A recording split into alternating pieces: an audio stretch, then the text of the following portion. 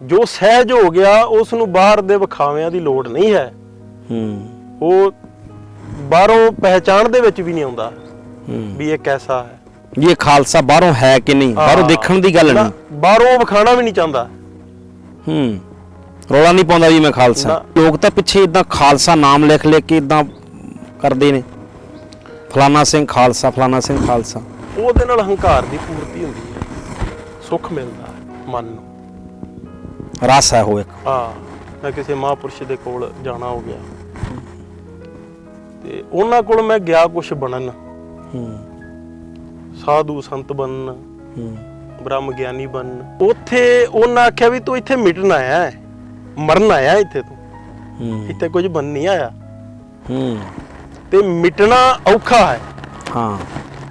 ਸੰਤ ਬਣਨਾ ਤੇ ਬੜਾ ਸੌਖਾ ਹੈ, ਅਖਵਾਉਣਾ ਤੇ ਸੌਖਾ ਵੀ ਬਣਨਾ ਬਾਹਰੋਂ ਪਹਿਰਾਵਾ ਬੜਾ ਸੌਖਾ ਹੈ ਪਾਉਣਾ, ਤੇ ਜੋ ਮਿਟ ਜਾਂਦਾ ਹੈ ਉਹ ਸੰਤ ਹੋ ਜਾਂਦਾ ਹੈ। ਕੋਈ ਵੀ ਹੈ ਮੇਲੇ ਲਗਾਉਂਦੇ ਆ, ਵਿਸਾਖੀ ਤੇ ਖਾਲਸੇ ਦੇ ਤਿਉਹਾਰ ਮਨਾਉਂਦੇ ਆ, ਬੜਾ ਰੌਲਾ ਪਾਉਂਦੇ ਆ। ਉਹਦੇ ਨਾਲ ਕੀ ਹੁੰਦਾ, ਹੰਕਾਰ ਦੀ ਪੂਰਤੀ ਹੁੰਦੀ ਹੈ ਜ਼ਿਆਦਾ, ਬਈ ਅਸੀਂ ਬੜੇ ਮਹਾਨ, ਸਾਡਾ ਧਰਮ ਬੜਾ ਮਹਾਨ ਹੈ, ਸਾਡਾ ਧਰਮ ਸਭ ਤੋਂ ਉੱਚਾ ਹੈ, ਅਸੀਂ ਬੜੇ ਚੰਗੇ ਹੁੰਦੇ ਆ ਜੀ। ਹਨਾ, ਬਿਲਕੁਲ। ਕਰੋਨਾ ਕਾਲ ਦੇ ਵਿੱਚ ਪਿੱਛੇ ਮੌਤ ਹੋਈ ਸੀ ਭਾਈ ਨਿਰਮਲ ਸਿੰਘ ਜੀ ਦੀ, ਖਾਲਸਾ ਹਾਜ਼ਰੀ ਰਾਗੀ। ਉਹ ਸਾਰੀ ਉਮਰ ਕੀਰਤਨ ਕਰਦੇ ਰਹੇ, ਬਿਲਕੁਲ ਗੁਰੂ ਨਾਲ ਜੁੜੇ ਰਹੇ। ਕਦੋਂ ਅਖੀਰ ਟਾਈਮ ਆਇਆ ਉਦੋਂ ਕੌਣ ਯਾਦ ਆਇਆ, ਗੁਰੂ ਆ ਯਾਦ ਆਇਆ ਜਾਂ ਘਰ ਦੇ ਜੀ ਯਾਦ ਆਏ? ਉਹਨਾਂ ਦੀ ਆਡੀਓ ਰਿਕਾਰਡਿੰਗ ਥੋੜੀ ਲੀਕ ਹੋਈ ਸੀ ਫੋਨ ਤੇ। ਬਿਲਕੁਲ ਬਿਲਕੁਲ ਤੁਸੀਂ ਸਹੀ ਕਹਿ ਰਹੇ ਹੋ। ਉਹ ਕਿਵੇਂ ਗਿੜਗਿੜਾ ਰਹੇ ਹਨ, ਮਤਲਬ ਮੈਨੂੰ ਮਿਲੋ ਤੇ ਮੈਂ ਇੰਜ ਹੋ ਜਾਣਾ, ਡਰ ਲੱਗ ਰਿਹਾ ਹੈ। ਉਹ ਸਾਰੀ ਉਮਰ ਸਹਾਰਾ ਧਰਮ ਦਾ ਲੈ ਕੇ ਤੇ ਢਿੱਡ ਭਰਦੇ ਰਹੇ ਜਵਾਕਾਂ ਦਾ। ਧਿਆਨ ਹੈ ਜੋ ਉਹ ਤੇ ਜਵਾਕਾਂ ਵੱਲ ਸੀ। ਬਾਹਰੋਂ ਸਹਾਰਾ ਲਿਆ ਜਾ ਰਿਹਾ ਗੁਰੂ ਦਾ, ਤੂੰ ਭੈ ਖਤਮ ਨਹੀਂ ਹੋਇਆ, ਉਹ ਮੁਕਤ ਥੋੜੀ ਹੋਏ। ਨਾਮ ਜਪਦੇ ਹਨ ਕਿ ਸੰਸਾਰਿਕ ਜੋ ਕਾਜ ਹਨ ਉਹ ਸਫਲ ਹੋ ਸਕਣ। ਤੇ ਅੱਜ ਕੱਲ ਦੇ ਝੂਠੇ ਸੰਤ ਹਨ ਜੋ ਉਹ ਵੀ ਆਂਦੇ ਹਨ ਵੀ ਇਸ ਸ਼ਬਦ ਦਾ ਜਾਪ ਕਰਿਆ ਕਰੋ ਜੇ ਤੁਹਾਨੂੰ ਮੁੰਡੇ ਦੀ ਲੋੜ ਹੈ, ਬੱਚਾ ਚਾਹੀਦਾ। ਇਹ ਤਾਂ ਬਹੁਤ ਕਰਦੇ ਨੇ। ਬਿਮਾਰੀ ਤੋਂ ਬਚਣਾ ਹੈ, ਜੇ ਬਿਜ਼ਨਸ ਦੇ ਵਿੱਚ ਲਾਭ ਪਾਣਾ ਹੈ ਤਾਂ ਇਹ ਸ਼ਬਦ ਪੜੋ। ਸੰਸਾਰ ਦੇ ਵਿੱਚ ਤਰੱਕੀਆਂ ਕਰਨੀਆਂ ਹਨ ਤੇ ਇਹ ਇੰਨਾ ਨਾਮ ਜਪਿਆ ਕਰੋ ਤੇ ਇਹ ਸ਼ਬਦ ਪੜੋ ਫਿਕਸ। ਇਹ ਸ਼ਬਦ ਪੜੋ ਵੀ ਕਿਹੜੇ ਮਨ ਨੂੰ ਮਾਰਨਾ ਸੀ, ਉਸ ਮਨ ਨੂੰ ਤੁਸੀਂ ਹੋਰ ਦੇ ਰਹੇ ਹੋ। ਖੁਰਾਕ ਦਿੱਤੀ ਜਾ ਰਹੀ ਹੈ, ਖੁਰਾਕ ਦਿੱਤੀ ਜਾ ਰਹੀ ਹੈ ਮਨ। ਬਿਲਕੁਲ ਸਹੀ। ਹੋ ਤੇ ਬਿਲਕੁਲ ਉਲਟ ਰਿਹਾ ਹੈ। ਸ੍ਰੀ ਛਾਪ, ਕਸ਼ਹਿਰਾ ਹੈ, ਕੜਾ ਹੈ, ਇਹ ਬਾਹਰੋਂ ਸਰੀਰ ਦੀ ਜ਼ਰੂਰਤਾਂ ਹਨ। ਉਸ ਵੇਲੇ ਜ਼ਰੂਰਤ ਸੀ ਇਹਨਾਂ ਚੀਜ਼ਾਂ ਦੀ, ਅੱਜ ਵੀ ਜ਼ਰੂਰਤ ਹੈ, ਜ਼ਰੂਰਤ ਸਦਾ ਰਹੇਗੀ। ਧਾਰਨ ਕਰਨੇ ਚਾਹੀਦੇ ਹਨ, ਜ਼ਰੂਰੀ ਹਨ, ਪਰ ਇਹਨਾਂ ਨੂੰ ਆਪਾਂ ਇਹ ਨਹੀਂ ਸਮਝ ਸਕਦੇ ਵੀ ਇਹ ਅੰਦਰ ਦੇ ਰਸਤੇ ਦੇ ਵਿੱਚ ਕੋਈ ਮਦਦ ਕਰਨਗੇ। ਹੁਣ ਚੋਲੇ ਦੀ ਗੱਲ ਹੈ, ਹੁਣ ਚੋਲਾ ਤੇ ਹੁੰਦਾ ਹੈ ਵੀ ਸਹਿਜ ਜੋ ਵੀ ਲਾ ਲਓ ਖੁੱਲਾ ਹੁੰਦਾ ਹੈ, ਸਰੀਰ ਕੰਫਰਟੇਬਲ ਹੁੰਦਾ ਹੈ।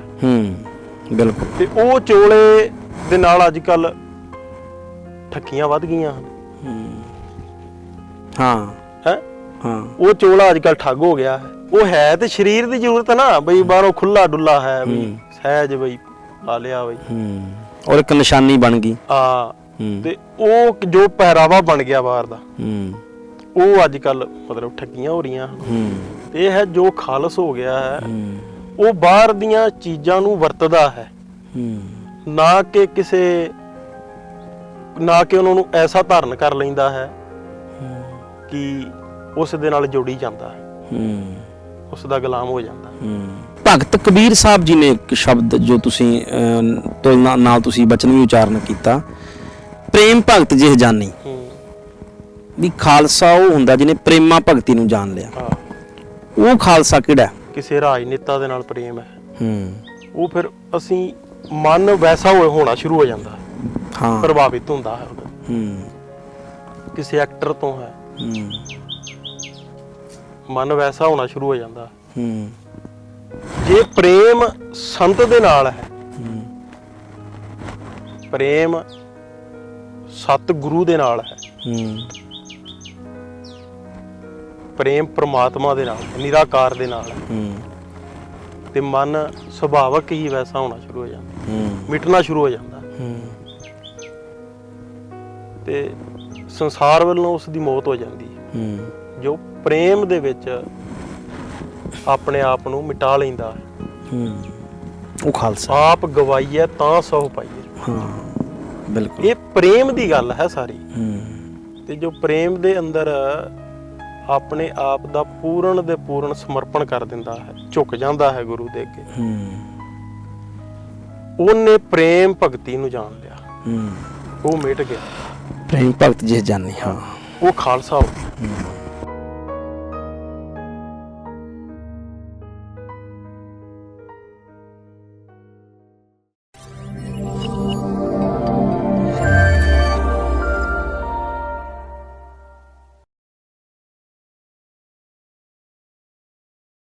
ਸਤਿ ਸ੍ਰੀ ਅਕਾਲ ਜੀ, ਮੈਂ ਹਾਂ ਸੁਖਬੀਰ ਸਿੰਘ ਚੈਣਾ ਤੇ ਤੁਸੀਂ ਪੰਜਾਬ ਨਿਊਜ਼ ਦੇਖ ਰਹੇ ਹੋ।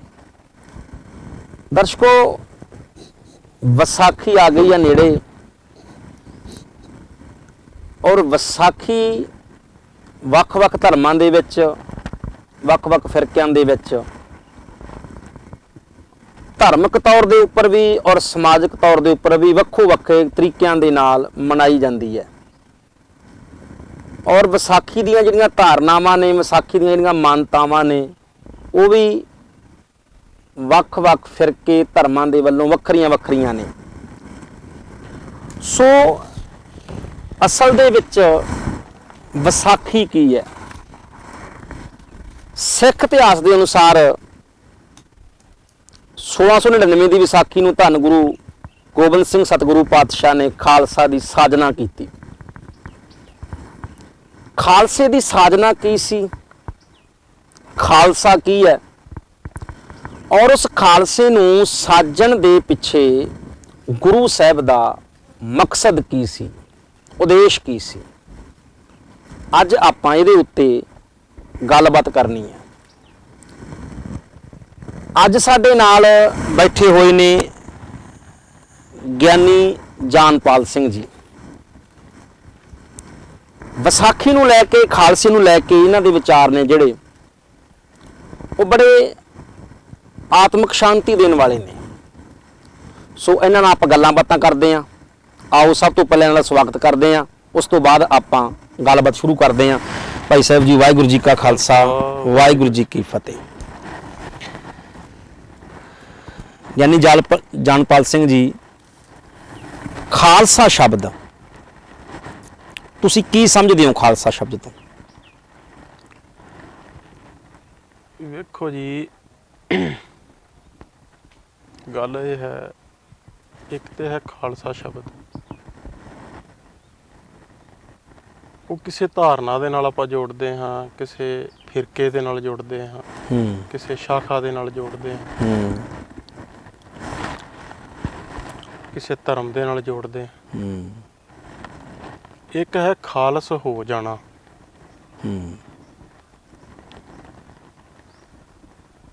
ਤੇ ਜੋ ਖਾਲਸ ਹੋ ਗਿਆ ਹੈ,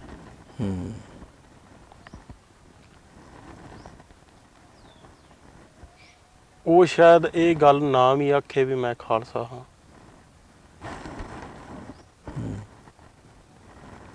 ਤੇ ਆਂਦਾ ਵੀ ਨਹੀਂ ਹੈ। ਕਿਉਂਕਿ ਇਹ ਜੋ ਰਸਤਾ ਹੈ ਅਧਿਆਤਮਕ ਦਾ, ਪਰਮਾਤਮਾ ਦਾ, ਇਹ ਮਿਟਣ ਦਾ ਰਸਤਾ ਹੈ। ਇੱਥੇ ਨਾ ਕੁਛ ਹੋਣ ਦਾ ਰਸਤਾ ਹੈ, ਇਹ ਹੋ ਜਾਣ ਦਾ ਰਸਤਾ ਨਹੀਂ ਹੈ, ਕੁਛ ਬਣਨ ਦਾ ਰਸਤਾ ਨਹੀਂ, ਕੁਛ ਬਣਨ ਦਾ ਰਸਤਾ ਨਹੀਂ ਹੈ, ਮਿਟਣ ਦਾ।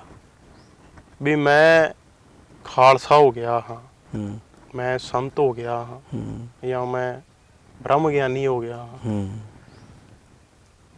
ਕਿੱਥੇ ਮੈਂ ਹੈ, ਉੱਥੇ ਮੈਂ ਕੁਛ ਹਾਂ।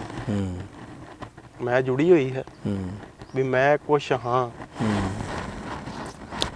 ਤੇ ਜਦੋਂ ਕੋਈ ਮਿਟ ਜਾਂਦਾ ਹੈ, ਉਹ ਕਹਿੰਦਾ ਹੈ ਸਭ ਪਰਮਾਤਮਾ ਹੈ, ਹੂੰ ਮੈਂ ਕੁਛ ਵੀ ਨਹੀਂ। ਹੂੰ ਸਭ ਪਰਮਾਤਮਾ ਦਾ ਖੇਡ ਹੈ ਹੂੰ ਤੇ ਉਹ ਕਿਸੇ ਵੀ ਧਰਮ ਤੋਂ ਹੋ ਸਕਦਾ ਹੈ, ਉਸ ਦਾ ਜਨਮ ਕਿਸੇ ਵੀ ਪਰਿਵਾਰ ਦੇ ਵਿੱਚ ਹੋ ਸਕਦਾ ਹੈ, ਕਿਸੇ ਵੀ ਉਸ ਦਾ ਪਰਿਵਾਰ ਕਿਸੇ ਧਰਮ ਦਾ ਵੀ ਹੋ ਸਕਦਾ ਹੈ। ਹੂੰ ਐਸਾ ਵੀ ਹੋ ਸਕਦਾ ਹੈ ਕਿ ਉਸਨੇ ਕਿਸੇ ਬਾਣੀ ਵੀ ਨਾ ਪੜ੍ਹੀ ਹੋਵੇ, ਕਿਸੇ ਸੁਣੀ ਵੀ ਨਾ ਹੋਵੇ, ਹੂੰ ਤੇ ਉਹ ਵੀ ਖਾਲਸਾ ਹੋ ਗਿਆ, ਹੂੰ ਕਿਉਂਕਿ ਇੱਥੇ ਮਿਟਣਾ ਹੈ। ਹੂੰ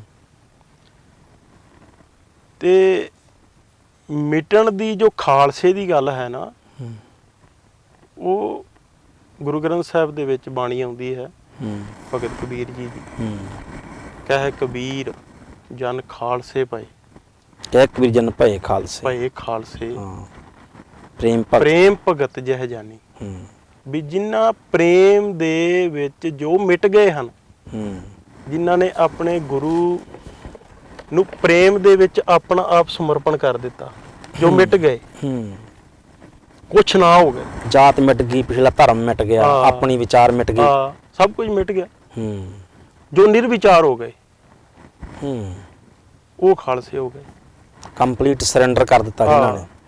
ਤੇ ਜਿਹਦੇ ਵਿੱਚ ਕੁਛ ਤਿਨਕਾ ਮਾਤਰ ਹੈ ਵੀ ਮੈਂ ਕੁਛ ਹਾਂ,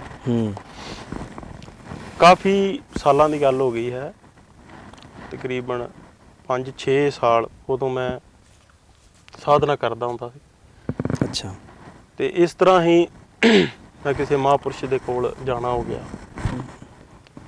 ਤੇ ਉਹਨਾਂ ਕੋਲ ਮੈਂ ਗਿਆ ਕੁਛ ਬਣਨ,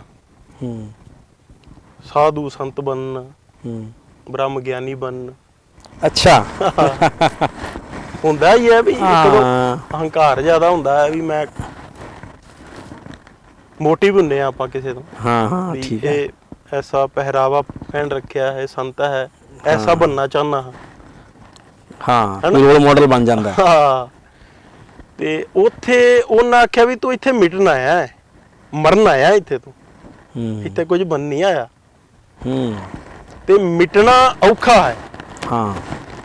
ਸੰਤ ਬਣਨਾ ਤੇ ਬੜਾ ਸੌਖਾ ਹੈ, ਅਖਵਾਉਣਾ ਤੇ ਸੌਖਾ, ਵੀ ਬਣਨਾ ਬਾਹਰੋਂ ਪਹਿਰਾਵਾ ਬੜਾ ਸੌਖਾ ਹੈ, ਸੌਖਾ ਹੈ ਪਾਉਣਾ। ਤੇ ਜੋ ਮਿਟ ਜਾਂਦਾ ਹੈ ਉਹ ਸੰਤ ਹੋ ਜਾਂਦਾ,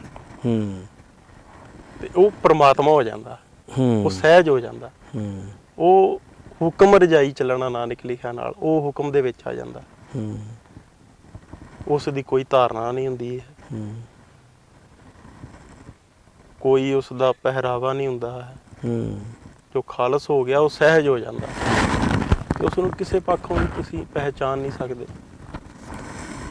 ਜਨਪਾਲ ਸਿੰਘ ਜੀ, ਜਿਹੜਾ ਅਸੀਂ ਇਹ ਇਤਿਹਾਸ ਇਸ ਗੱਲ ਦੀ ਗਵਾਹੀ ਦਿੰਦਾ ਵੀ ਗੁਰੂ ਸਾਹਿਬ ਨੇ 5 ਕਕਾਰ ਸੀ ਜਿਹੜੇ ਉਹ ਸਿੱਖਾਂ ਨੂੰ ਬਖਸ਼ਿਸ਼ ਕੀਤੇ। ਜਦੋਂ ਕਿ ਸਿੱਖ ਕਿਰਪਾਨ ਤੇ ਮੈਨੂੰ ਲੱਗਦਾ 5 ਕਕਾਰ ਪਹਿਲਾਂ ਵੀ ਪਹਿਨਦੇ ਹੋਣਗੇ, ਕਿਉਂਕਿ ਜੰਗ ਜਦੋਂ ਪਹਿਲਾਂ ਹੋ ਹੀ ਚੁੱਕੇ ਆ, ਪਰ ਉਸ ਤੋਂ ਬਾਅਦ ਕਹਿੰਦੇ ਕੰਪਲਸਰੀ ਕਰ ਦਿੱਤੇ। ਤੋ ਜਿਹੜੇ ਧਰਮ ਦੇ ਚਿੰਨ੍ਹ ਹੁੰਦੇ ਨੇ, ਹਿੰਦੂ ਦੇ ਲਈ ਮੰਨ ਲਓ ਜਨੇਊ ਹੈ, ਸਿੱਖ ਦੇ ਲਈ 5 ਕਕਾਰ ਕਿਰਪਾਨ ਨੇ, ਮੁਸਲਮਾਨ ਦੇ ਲਈ ਸੁੰਨਤ ਹੈ ਜਾਂ ਟੋਪੀ ਹੈ, ਤੋ ਇਹ ਤੁਸੀਂ ਇਹਨਾਂ ਤੋਂ ਕੀ ਸਮਝਦੇ ਹੋ? ਵੇਖੋ, ਕੋਈ ਵੀ ਸਤਪੁਰਸ਼ ਹੈ ਨਾ, ਉਹ ਕਹਿੰਦਾ ਹੈ ਆਕਾਰ ਦੇ ਨਾਲ ਨਹੀਂ ਜੁੜਨਾ ਹੈ, ਜੁੜਨਾ ਨਹੀਂ ਹੈ, ਦਿਲ ਨਹੀਂ ਲਾਉਣਾ, ਬਾਹਰ ਚਿੰਨ੍ਹ ਦੇ ਨਾਲ ਨਹੀਂ ਜੁੜਨਾ। ਸਰੀਰ ਵੀ ਝੂਠਾ ਹੈ, ਸਰੀਰ ਨੇ ਵੀ ਸੜ ਜਾਣਾ ਹੈ, ਸਰੀਰ ਕਾਲ ਦੇ ਅਧੀਨ ਹੈ, ਬਿਲਕੁਲ। ਤੇ ਜੋ ਕਕਾਰ ਉੱਪਰ ਧਾਰਨ ਕੀਤੇ ਹੋਏ ਹਨ, ਇਹ ਵੀ ਸੜ ਜਾਣੇ ਆ, ਇਹ ਵੀ ਸੜ ਜਾਣੇ ਹਨ। ਤੇ ਇਹ ਗੁਰੂ ਨਾਨਕ ਪਾਤਸ਼ਾਹ ਦੀ ਆਪਾਂ ਸਾਖੀ ਦੇ ਵਿੱਚੋਂ ਵੀ ਪੜ੍ਹ ਸਕਦੇ ਹਾਂ, ਵੀ ਜਨੇਊ ਨਹੀਂ ਪਾਇਆ ਉਹਨਾਂ ਨੇ, ਉਹਨਾਂ ਨੇ ਕਿਹਾ ਸੜ ਜੂਗਾ ਇਹ ਤਾਂ। ਕਿਉਂਕਿ ਇਹ ਜੋ ਅੰਤਰ ਦਾ ਧਿਆਨ ਹੈ ਨਾ, ਜੋ ਉਹ ਬਾਹਰ ਦੇ ਆਕਾਰ ਤੋਂ ਰਹਿਤ ਹੈ। ਜੋ ਕਕਾਰਾਂ ਦੀ ਗੱਲ ਕੀਤੀ ਹੈ ਤੁਸੀਂ, ਸ਼੍ਰੀ ਛਾਪ, ਕਛਹਿਰਾ ਹੈ, ਕੜਾ ਹੈ, ਇਹ ਬਾਹਰੋਂ ਸਰੀਰ ਦੀ ਜ਼ਰੂਰਤਾਂ ਹਨ। ਉਸ ਵੇਲੇ ਜ਼ਰੂਰਤ ਸੀ ਇਹਨਾਂ ਚੀਜ਼ਾਂ ਦੀ, ਅੱਜ ਵੀ ਜ਼ਰੂਰਤ ਹੈ, ਜ਼ਰੂਰਤ ਸਦਾ ਰਹੇਗੀ। ਧਾਰਨ ਕਰਨੇ ਚਾਹੀਦੇ ਹਨ, ਜ਼ਰੂਰੀ ਹਨ। ਗੁਰਾਂ ਦੇ ਪਿਆਰ ਦੇ ਅੰਦਰ ਪਿਆਰੇ ਦੀ ਪਿਆਰ ਦੀਆਂ ਨਿਸ਼ਾਨੀਆਂ ਨਿਸ਼ਾਨੀਆਂ।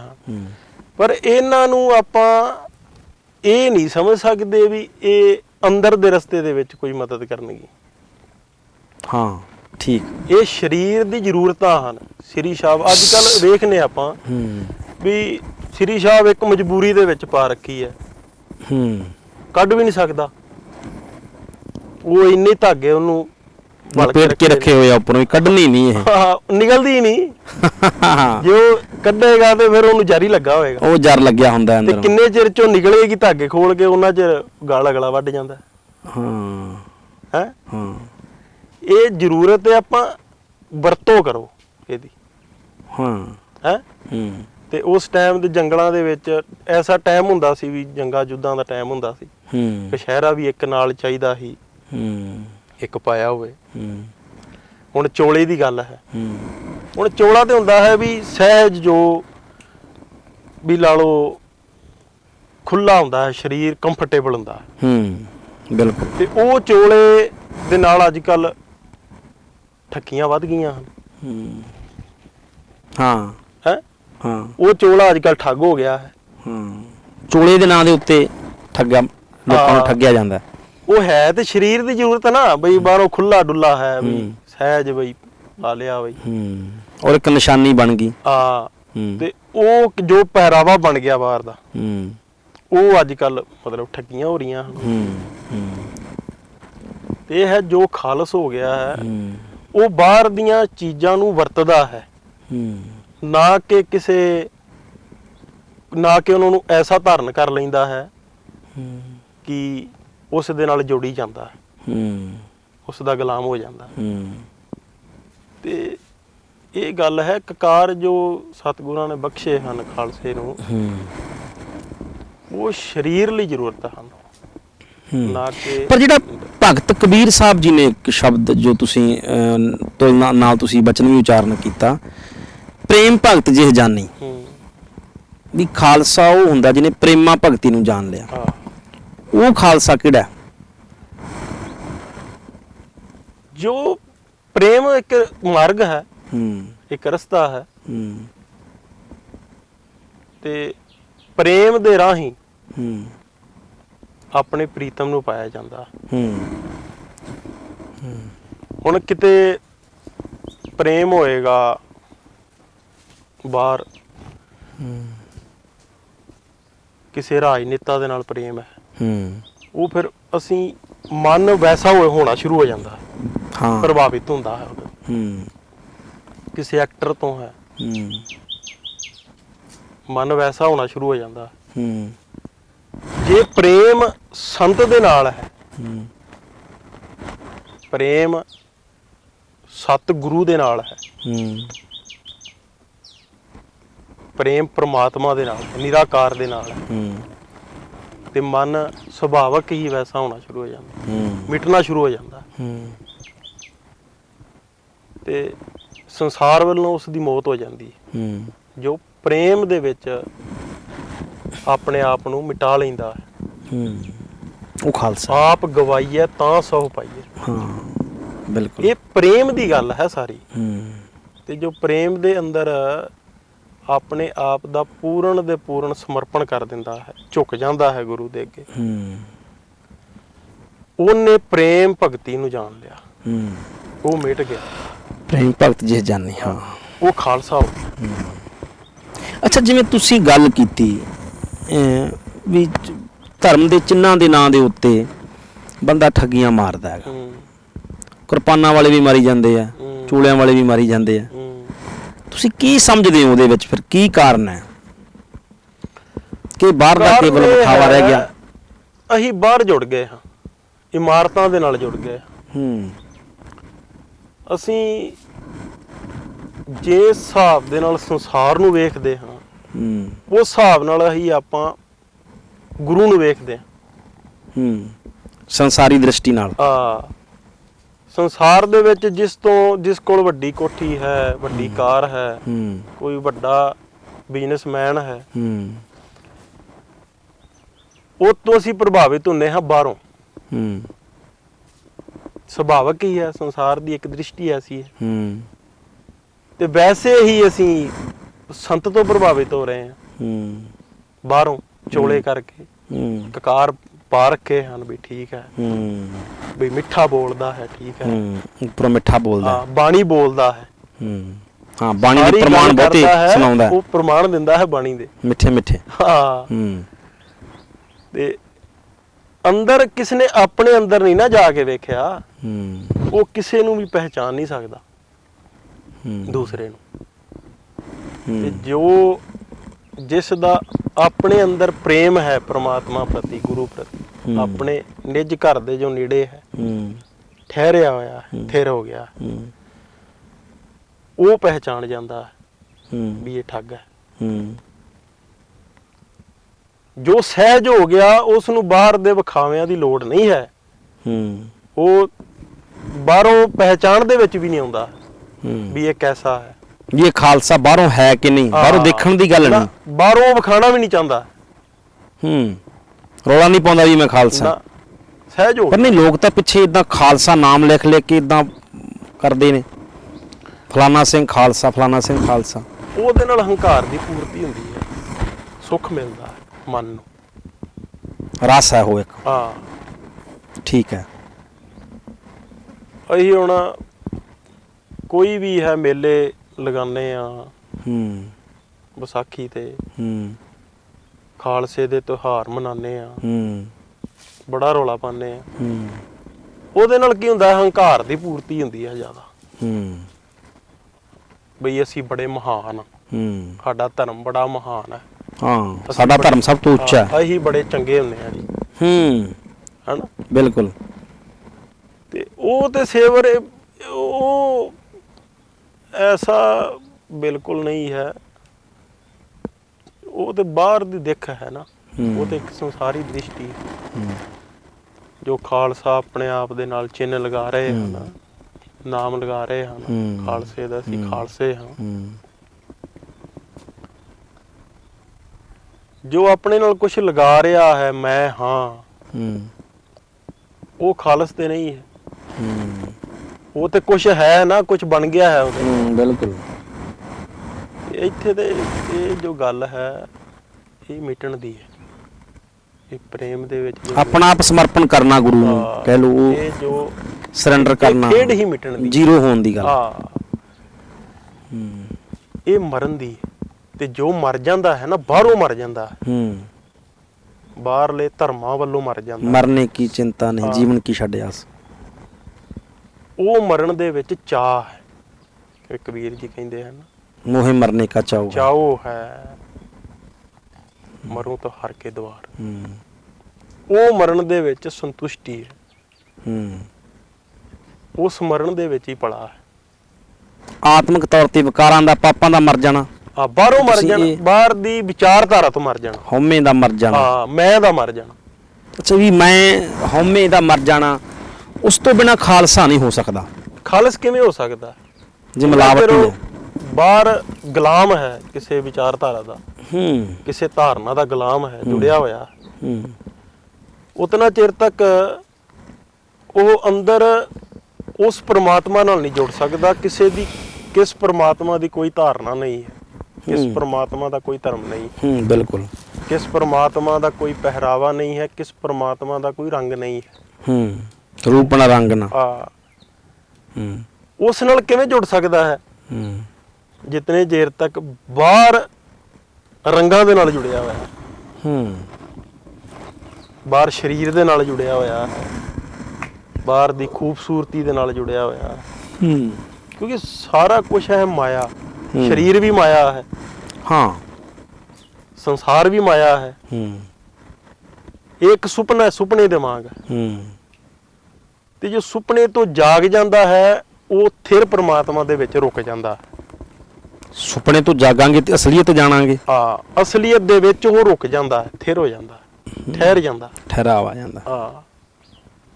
ਉਹ ਫਿਰ ਕਿਸੇ ਵੀ ਬਾਹਰਲੇ ਪੱਖ ਦਾ ਰਹਿ ਨਹੀਂ ਜਾਂਦਾ। ਉਹ ਨਾ ਧਰਮੀ ਰਹਿ ਗਿਆ, ਨਾ ਉਹ ਸੰਸਾਰੀ ਰਹਿ ਗਿਆ। ਉਹ ਉਸ ਧਰਮ ਦੇ ਨਾਲ ਜੁੜ ਜਾਂਦਾ ਹੈ ਜੋ ਵਾਸਤਵਿਕ ਧਰਮ ਹੈ।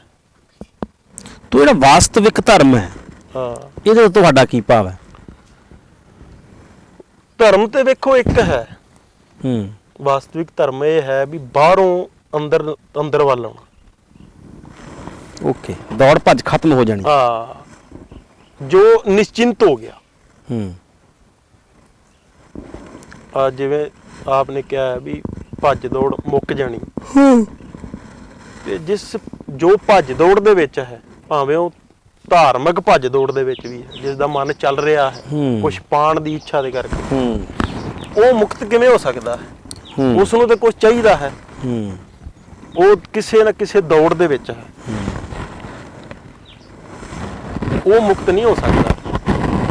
ਮੁਕਤ ਉਹ ਹੈ ਜੋ ਠਹਿਰ ਗਿਆ, ਜੋ ਨਿਸ਼ਚਿੰਤ ਹੋ ਗਿਆ।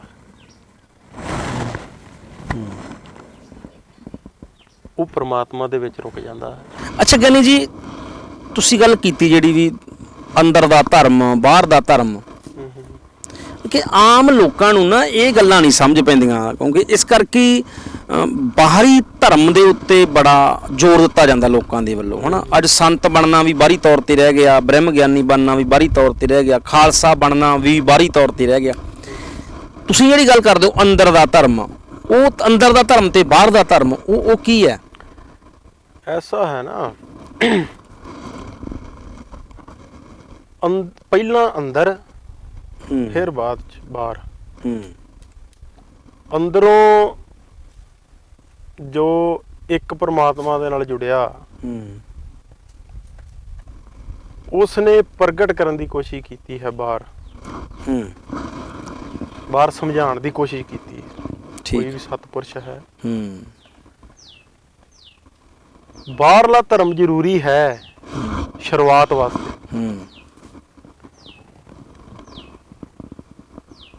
ਬਾਹਰਲਾ ਧਰਮ ਅੰਦਰਲੇ ਧਰਮ ਵੱਲ ਲੈ ਕੇ ਜਾਂਦਾ ਹੈ।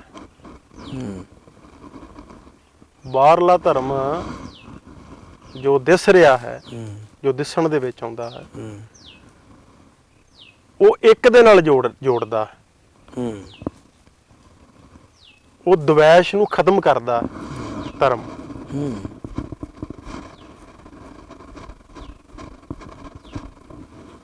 ਅੰਦਰ ਦਾ ਧਰਮ ਪਹਿਲਾਂ ਹੈ, ਬਾਹਰ ਦੇ ਧਰਮ ਹਨ ਅਨੇਕਾਂ। ਕੋਈ ਬੋਧੀ ਹੈ, ਕੋਈ ਜੈਨੀ ਹੈ, ਕੋਈ ਸਿੱਖ ਹੈ, ਕੋਈ ਹਿੰਦੂ ਹੈ, ਮੁਸਲਮਾਨ। ਉਹ ਜਿੰਨਾ ਚਿਰ ਬਾਹਰ ਦੇ ਧਰਮ ਦੇ ਨਾਲ ਜੁੜੇ ਹਨ, ਮੈਂ ਜੁੜੀ ਹੈ ਬਾਹਰ ਦੇ ਧਰਮ ਦੇ ਨਾਲ, ਮੈਂ ਸਿੱਖ, ਮੈਂ ਹਿੰਦੂ, ਹਾਂ, ਉਹਨਾਂ ਚਿਰ ਤੇ ਉਹ ਬਾਹਰ ਦੇ ਹਨ। ਤੇ ਜਿੱਥੇ ਮੈਂ ਹੈ ਉੱਥੇ ਕੂੜ ਹੈ। ਤੇ ਜਦੋਂ ਉਹ ਇੱਕ ਦੇ ਨਾਲ ਜੁੜਦਾ ਹੈ ਨਾ, ਉਦੋਂ ਉਹ ਵਾਸਤਵਿਕ ਧਰਮ ਦੇ ਨਾਲ ਜੁੜ ਜਾਂਦਾ। ਉਹ ਇਹ ਗੱਲ ਨਹੀਂ ਕਹਿੰਦਾ ਹੈ ਵੀ ਮੈਂ ਹਿੰਦੂ ਹਾਂ, ਮੈਂ ਮੁਸਲਮਾਨ ਹਾਂ, ਸਾਰਿਆਂ ਦੀ ਗੱਲ ਕਰਦਾ। ਉਸ ਬਾਹਰਲਾ ਧਰਮ ਮਿਟ ਜਾਂਦਾ ਹੈ ਉਹਦਾ। ਓਕੇ, ਉਹ ਫਿਰ ਕੁਝ ਨਹੀਂ ਕਹਿੰਦਾ ਹੈ। ਉਹ ਕਹਿੰਦਾ ਸਭਨਾਂ ਦੇ ਅੰਦਰ ਪ੍ਰਮਾਤਮਾ ਹੈ, ਘੱਟ ਘੱਟ ਦੇ ਵਿੱਚ ਰਾਮ ਬੋਲਦਾ। ਸਭੇ ਘੱਟ ਰਾਮ ਬੋਲਦਾ। ਹਾਂ, ਰਾਮ ਬਿਨਾ ਕੋ ਬੋਲਰ ਹੈ। ਤੇ ਬਾਹਰ ਧਰਮ ਦੇ ਨਾਲ ਜੁੜਨਾ ਜ਼ਰੂਰੀ ਹੈ। ਇਹ ਕੇਵਲ ਬਾਹਰ ਦੀ ਆਇਡੈਂਟੀ ਹੈ ਸਿਰਫ? ਵੇਖੋ ਅੰਦਰ ਦਾ ਤੇ ਕਿਵੇਂ ਕਹਿੰਦੇ ਇਹ ਕੇਵਲ ਸਾਡੀ ਬਾਹਰ ਦੀ ਪਹਿਚਾਣ ਹੈ, ਮੈਂ ਹਿੰਦੂ ਹਾਂ, ਮੈਂ ਸਿੱਖ ਹਾਂ, ਮੈਂ ਜੈਨੀ ਹਾਂ, ਮੈਂ ਬੋਧੀ ਹਾਂ। ਉਹ ਤੇ ਮੈਂ ਦੇ ਨਾਲ ਜੁੜੀਆਂ ਹੋਈਆਂ ਚੀਜ਼ਾਂ ਹਨ ਨਾ। ਹਾਂ, ਤੇ ਬਾਹਰ ਦਾ ਜੋ ਕਿੰਨਾ ਵੀ ਸ਼ੋਰ ਸ਼ਰਾਬਾ ਹੈ, ਇਹ ਮੈਂ ਤੋਂ ਉਤਪੰਨ ਹੋਇਆ, ਪੈਦਾ ਹੋਇਆ। ਸੰਸਾਰ ਵੀ ਮੈਂ ਤੋਂ ਹੀ ਪੈਦਾ ਹੋਇਆ ਹੈ। ਤੇ ਬਾਹਰ ਜੋ ਦਿਸ ਰਿਹਾ ਹੈ ਲਹਿਦਾ, ਉਹ ਮੈਂ ਤੋਂ ਹੀ ਪੈਦਾ ਹੋਇਆ ਹੈ। ਇਹ ਕੋਈ ਹੋਰ ਹੈ, ਇਹ ਮੈਂ ਹਾਂ। ਮੈਂ ਅੱਛਾ ਹਾਂ, ਉਹ ਮਾੜਾ ਹੈ। ਉਸ ਦੇ ਧਰਮ ਦੇ ਵਿੱਚ ਇਹ ਕੁਛ ਹੈ, ਉਸ ਦੇ ਧਰਮ ਦੇ ਵਿੱਚ ਇਹ ਕੁਛ ਹੈ। ਮੇਰਾ ਧਰਮ ਇਹ ਕਹਿੰਦਾ, ਉਹਦਾ ਧਰਮ ਉਹ ਕਹਿੰਦਾ। ਹਾਂ, ਉਹ ਤਾਂ ਦਵੈਤਾ ਦੇ ਵਿੱਚ ਹੈ ਨਾ। ਇੱਕ ਕਿਵੇਂ ਹੋ ਸਕਦਾ ਹੈ? ਕਿੰਨਾ ਚਿਰ ਕੋਈ ਦਵੈਸ਼ ਦੇ ਵਿੱਚ ਹੈ, ਇੱਕ ਤੇ ਹੋ ਨਹੀਂ ਸਕਦਾ। ਤੇ ਜੋ ਇੱਕ ਹੋ ਗਿਆ ਉਹ ਦਵੈਸ਼ ਤੋਂ ਹਟ ਗਿਆ, ਬਾਹਰੋਂ ਉਸ ਦੀ ਮੌਤ ਹੋ ਗਈ, ਮਿਟ ਗਿਆ ਉਹ। ਤੇ ਉਹ ਸੋਚਦਾ ਵੀ ਨਹੀਂ ਹੈ ਵੀ ਮੈਂ ਸਿੱਖ ਹਾਂ ਜਾਂ ਮੈਂ ਹਿੰਦੂ ਹਾਂ, ਮੈਂ ਮੁਸਲਮਾਨ ਹਾਂ, ਬਾਹਰੋਂ ਤੇ ਉਹ ਖਤਮ ਹੋ ਗਿਆ। ਉਹ ਫਿਰ ਉਸ ਧਰਮ ਦੇ ਨਾਲ ਜੁੜਦਾ ਹੈ ਜਿਸ ਧਰਮ ਦੇ ਨਾਲ ਉਹ ਜੁੜਿਆ ਹੋਇਆ ਹੈ, ਜਿਸ ਉਹ ਧਰਮ ਦੇ ਨਾਲ ਕਿਵੇਂ ਅਸੀਂ ਬਿਆਨ ਕਰੀਏ, ਬਿਆਨ ਨਹੀਂ ਕੀਤਾ ਜਾ ਸਕਦਾ। ਪਰਮਾਤਮਾ ਨੂੰ ਕੌਣ ਬਿਆਨ ਕਰਦਾ? ਕਹੋ ਕਬੀਰ ਗੂੰਗੇ ਗੁੜ ਖਾਏ, ਪੁੱਛੇ ਤੇ ਕਿਆ ਕਹੀਏ। ਹਾਂ, ਕੀ ਕਿਹਾ ਜਾ ਸਕਦਾ? ਗੂੰਗਾ ਕੀ ਦੱਸੇਗਾ? ਹਾਂ, ਕੋਈ ਕਿਹਾ ਨਹੀਂ, ਮਾਣਦਾ ਰਸ। ਉਹ ਤਾਂ ਬਸ ਇਹੀ ਕਹਿੰਦਾ ਹੈ ਵੀ ਸਭ ਕੁਝ ਇੱਕ ਹੈ, ਸਭਨਾਂ ਦੇ ਵਿੱਚ ਪਰਮਾਤਮਾ। ਤੇ ਨਾਲੇ ਇਹ ਤੇ ਗੱਲਾਂ ਬੜੀਆਂ ਹੀ ਪਿੱਛੇ ਰਹਿ ਜਾਂਦੀਆਂ ਹਨ ਧਰਮਾਂ ਦੀਆਂ, ਲੈਦਾ ਇਹ ਤੇ ਹੈਗਾ ਬੰਦਾ ਹੋਰ ਸਗੋਂ ਸਾਧਕ ਹੈ ਕਿਹੜਾ ਨਜ਼ਦੀਕ ਆਉਂਦਾ ਹੁੰਦਾ ਹੈ, ਹੋਰ ਗਹਿਰਾ ਜਾਂਦਾ ਹੈ ਤੇ ਉਹ ਇੱਕ ਹੋ ਜਾਂਦਾ। ਉਹ ਕੁਛ ਆਖਣ ਜੋਗਾ ਰਹਿੰਦਾ ਵੀ ਨਹੀਂ ਹੈ ਵੀ ਮੈਂ ਕੀ ਹਾਂ। ਉਹ ਕਹਿੰਦਾ ਮੈਂ ਕੁਛ ਵੀ ਨਹੀਂ ਹਾਂ, ਇੱਕ ਭਰਮ ਹੈ ਕਿ ਮੈਂ ਕੁਛ ਹਾਂ, ਸਭ ਕੁਛ ਪਰਮਾਤਮਾ ਹੀ। ਨਹੀਂ ਕਹਿੰਦੇ ਜੀ, ਮੈਂ ਇੱਕ ਗੱਲ ਹੋਰ ਤੁਹਾਡੇ ਕੋਲ ਸਮਝਣੀ ਚਾਹੁੰਦਾ ਵੀ ਜਿਵੇਂ ਦਿਨੋਂ ਦਿਨ ਆਪਾਂ ਦੇਖੀਏ ਮੰਦਿਰ ਵੱਧ ਰਹੇ ਆ, ਮਸੀਤਾਂ ਵੱਧ ਰਹੀਆਂ, ਗੁਰਦੁਆਰੇ ਵੱਧ ਰਹੇ ਆ, ਪੰਡਤ ਗਿਆਨੀ ਮੌਲਵੀ ਵੱਧ ਰਹੇ ਆ, ਗਾਉਣ ਵਾਲੇ, ਵਜਾਉਣ ਵਾਲੇ, ਬੋਲਣ ਵਾਲੇ, ਸਮਝਾਉਣ ਵਾਲੇ, ਸਭ ਕੁਝ ਵੱਧ ਰਹੇ ਆ। ਪਰ ਜਿਹੜੀ ਦੁਨੀਆ ਹੈ ਉਹ ਫਿਰ ਵੀ 72 ਤੋਂ 72 ਨਲਾਇਕ ਤੋਂ ਨਲਾਇਕ ਔਰ ਵੱਧ ਰਹੇ ਨੇ ਪਾਪ ਚਾਰੇ ਪਾਸੇ। ਹੋਣਾ ਤੇ ਇਹ ਚਾਹੀਦਾ ਸੀ ਨਾ ਵੀ ਜਿਵੇਂ ਜਿਵੇਂ ਧਾਰਮਿਕ ਸਥਾਨ, ਧਾਰਮਿਕ ਸਿੱਖਿਆ ਵੱਧ ਰਹੀਆਂ ਵੀ ਇਹ ਤਾਂ ਦੁਨੀਆ ਸਵਰਗ ਬਣ ਜਾਂਦੀ, ਪਰ ਉਸ ਤੋਂ ਉਲਟ ਹੋ ਰਿਹਾ ਸਭ ਕੁਝ। ਇਹਦਾ ਕੀ ਤੁਸੀਂ ਮੰਨਦੇ ਹੋ ਕਾਰਨ? ਇਹ ਗੱਲ ਹੈ ਨਾ ਵੀ ਧਰਮ ਦਾ ਜੋ ਹੰਕਾਰ ਹੁੰਦਾ ਹੈ ਨਾ,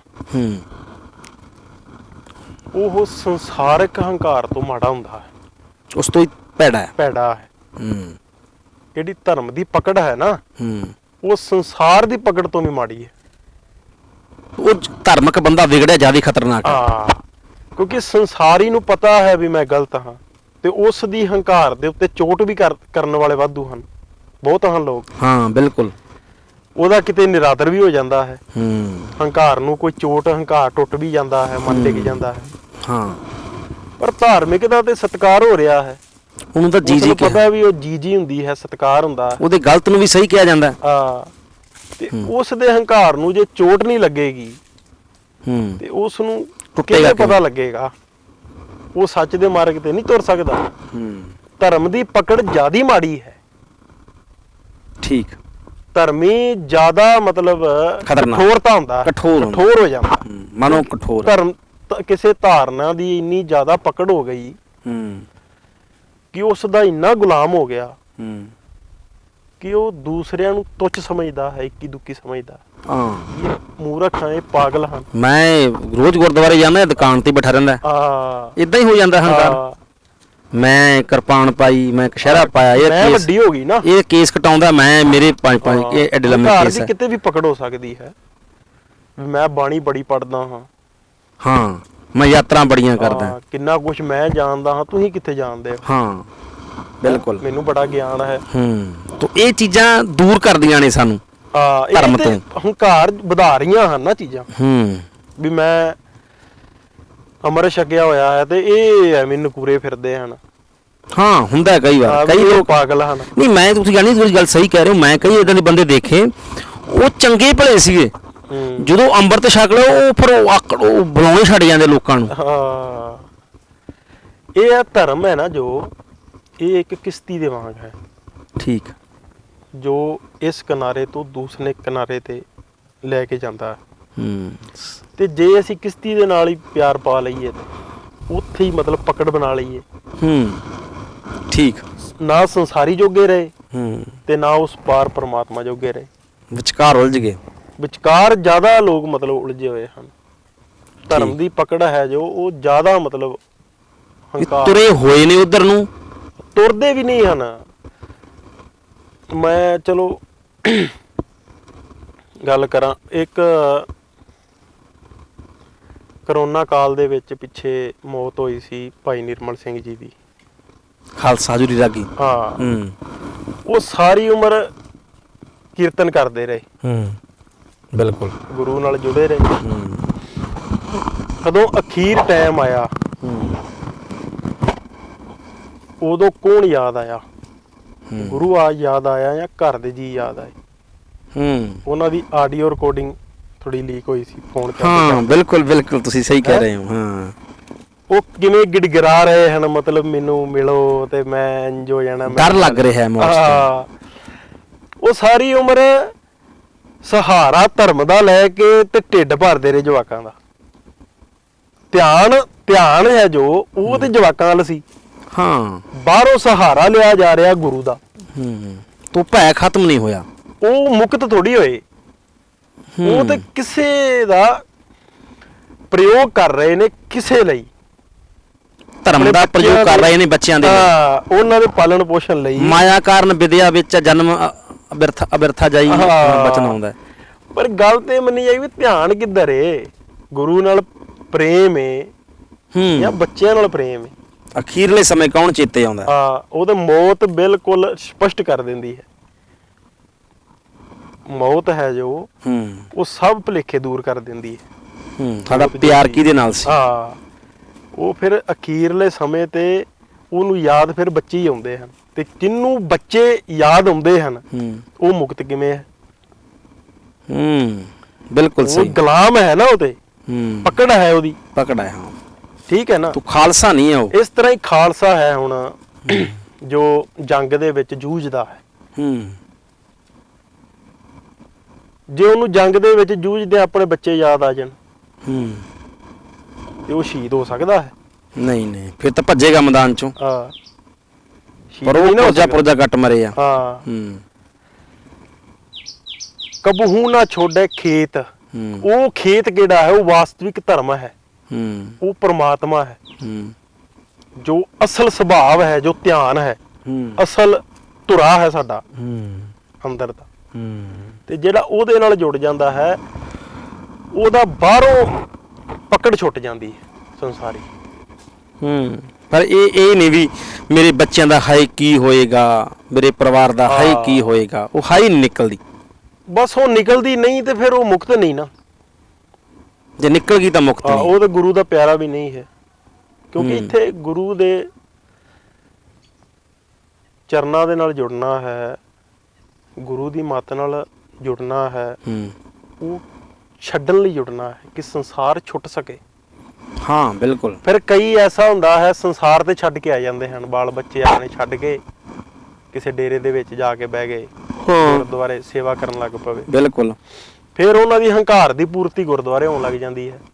ਮੈਂ ਘਰ ਛੱਡਤਾ, ਮੈਂ ਛੱਡਿਆ, ਮੈਂ ਵੇਖੋ ਵਿਆਹ ਨਹੀਂ ਕਰਾਇਆ, ਕਿੰਨੀ ਸੇਵਾ ਕਰਦਾ ਮੈਂ ਵਿਆਹ ਨਹੀਂ ਕਰਾਇਆ।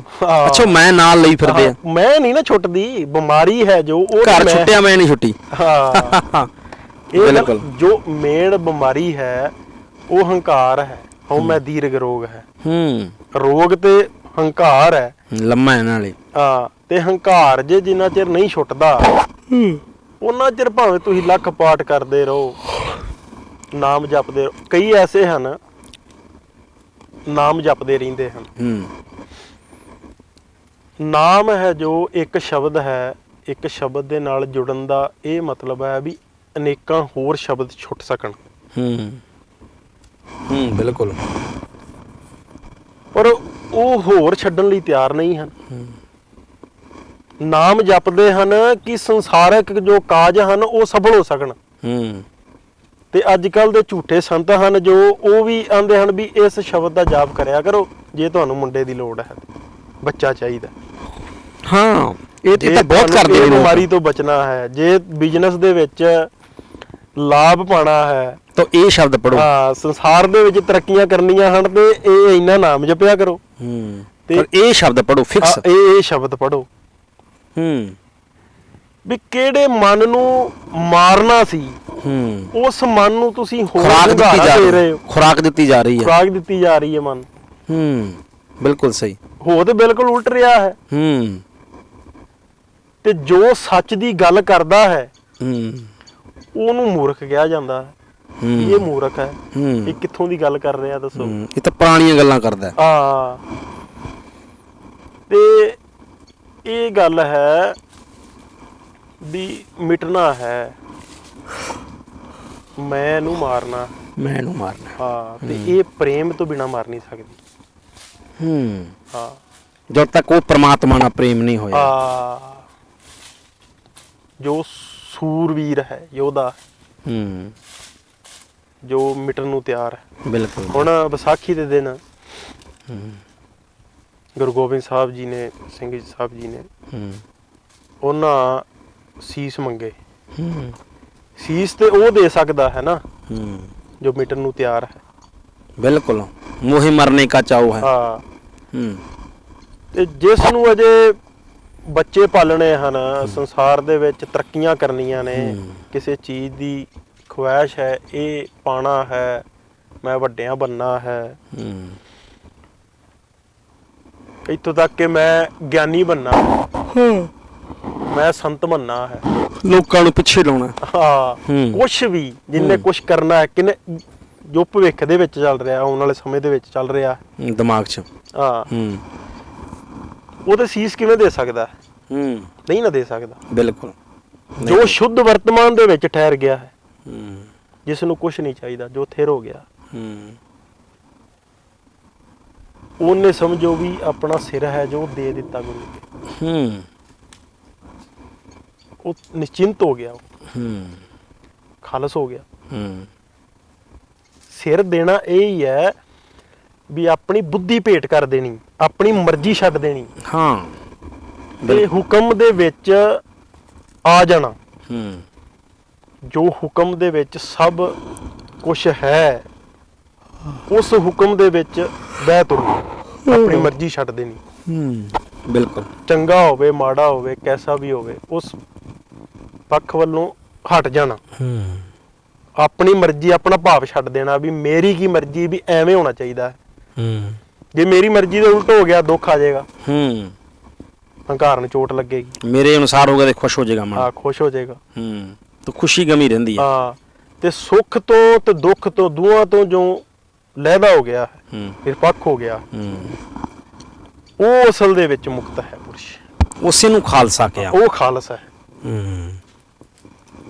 ਤੇ ਉਸ ਦੀ ਰੋਜ਼ ਹੀ ਵਿਸਾਖੀ ਹੈ।